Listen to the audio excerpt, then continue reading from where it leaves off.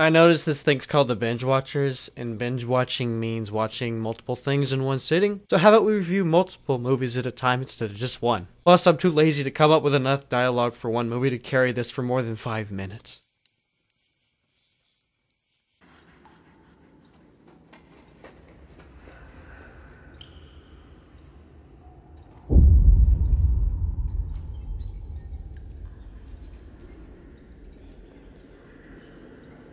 Sister, please. This way.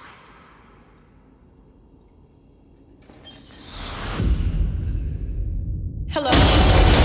So like Slender Man, the theater was empty when I went to see this. But unlike Slender Man, this one was okay. So The Nun's about the nun from the Conjuring movies. It takes place in the 50s in some monastery out in Romania. I'm not doing a plot summary like I usually do in other movies, because I'm just going to say what I thought of the movie. It was okay. Every critic on YouTube is giving this movie crap because of its reliance on jump scares and how it does nothing new.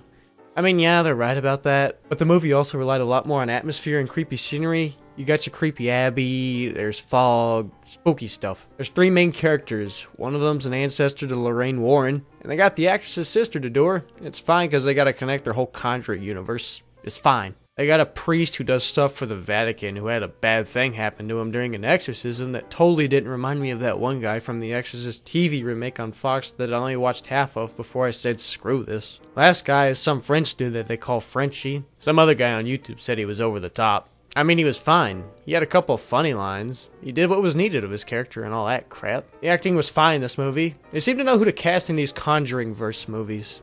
The scenery's great, and the design of the nun and demons are fine. So what didn't I like? The plot isn't as strong in this one as in the Conjuring movies. It's not because of the setup. The setup's fine in this movie. I think it's the lack of a supporting cast. Because the movie only follows these 3 main characters, so there isn't much for character building like you got in the other Conjuring movies, because they focused on entire families. At the time of the review, the only name that I can remember is Frenchie's. I guess that's because his character was a little bit more cartoony than the other 2. As I and everyone else talking about this movie on the internet keep mentioning, yeah, there's jump scares in the movie. Honestly, it didn't bother me too much because most of them had some sort of a setup to them. But honestly, it's 2018, what can you do to the horror genre that's new? The way I see it, this movie had an interesting premise to it, and as I said before, great scenery and atmosphere to it. At least it wasn't something stupid like Truth or Dare, or Slender Man. I liked the movie more than I thought I would. But it still wasn't as good as the Conjuring movies. But as I said, not as much character building, and those ones had more of a backstory to them, even though the movies were also over-the-top Hollywood productions. This movie ain't no Exorcist, but it sure as hell isn't Slender Man either. I'd recommend it if it ever popped up on Netflix, or if you're looking for something spooky to watch during October. Wait till it comes out. It's an okay movie.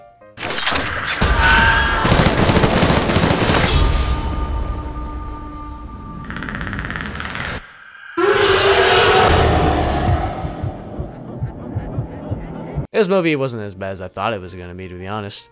Is it as good as the original? Hell no. So I've only ever seen the first Predator and it was awesome.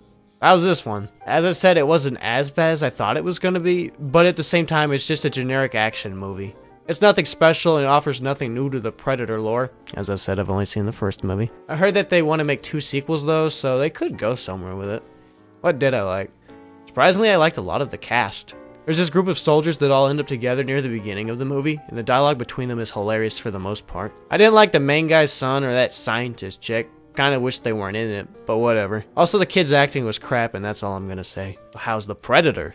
Okay, when you think of the Predator, what do you think? Badass alien warrior that hunts people. And it does that for the most part, but not in the stealthy hunter way. More of the roar, I'm a big CGI monster way. Predator ends up losing some of its equipment, and the humans have some of its weapons, which I think is awesome, because guns don't seem to work for the most part, yet they keep using them instead of the alien technology they have. There's comedy in this movie, and it's hit and miss, because we can't just have a solid action movie anymore, and there has to be forced humor, so they put some jokes in there. A lot of it was funny, like the dialogue between the group of soldiers, except for the one guy played by Keegan who just made jokes constantly. As it said, I've only ever seen the first Predator, and the main villain in that one was the Predator. In this one, there's a super predator or something, which I'm sure was done in another movie. I don't know, I haven't seen them all. But they decide to give us some dude as the main villain, which is kinda dumb. It's a super genetic alien modified to hunt and kill for sport, and you have a group of soldiers as your protagonists. But you decide to have this dude to be your conflict. Granted, he isn't the main bad guy for the whole movie, but it felt dumb having this forced human conflict which just ends abruptly before the end. The action's pretty good in this one. It's an R-rated movie, and it shows whenever people are getting slaughtered by the Predator. There's beheadings and people getting dismembered and their organs are hanging out.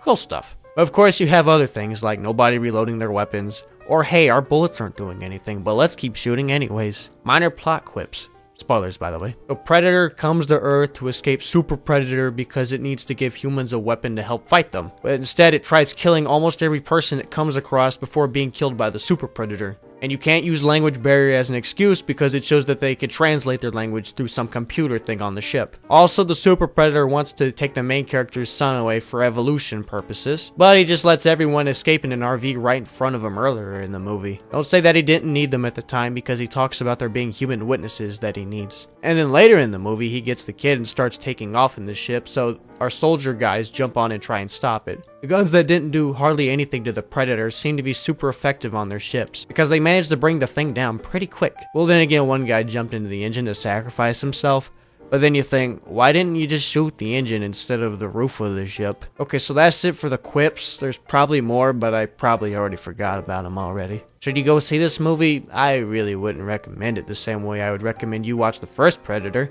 That one's an action sci-fi masterpiece, and this is just a generic action movie that doesn't do anything new, that just happens to take place in the same timeline. I didn't know her.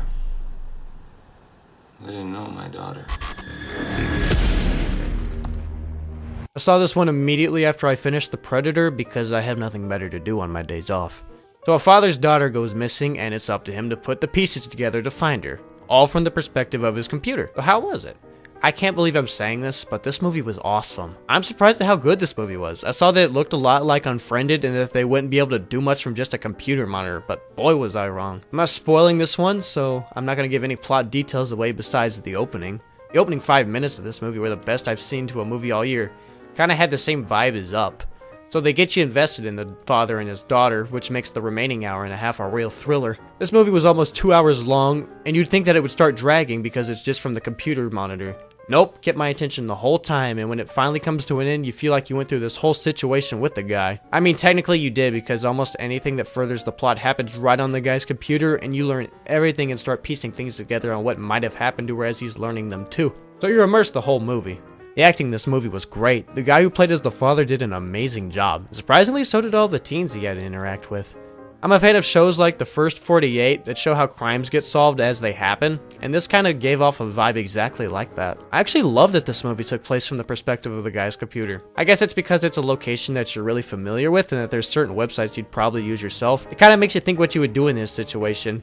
You'd go, hey, I'm going to check this social media website and this social media website. Oh, what's that? There was a bank transaction involved? Let's go to the bank website. Oh, they were to this person? Let's try and look them up on this website. Stuff like that, which makes it more realistic when you kind of think of yourself doing the same thing in that situation. I can't really say much more about this movie because that would involve spoiling the plot, and I don't want to spoil this for you because I think you should go out and see this one. I highly recommend watching this movie over something like The Predator. The acting's solid in the direction it goes and keeps you invested the whole time. Well, those were the 3 movies I saw this week. Why 3 movies? Because I'm an AMC Stub member and I get like 3 free movies a week. I don't know what movies I'm gonna review next because there's nothing coming out recently that looks any interesting. I don't know, probably Aquaman, Shazam, something else. I mean, I know the DC movies aren't that good, but I kinda like them. I mean, I get the Marvel movies are better from a filmmaking perspective, but I just kinda like DC better. I'm gonna shut up now.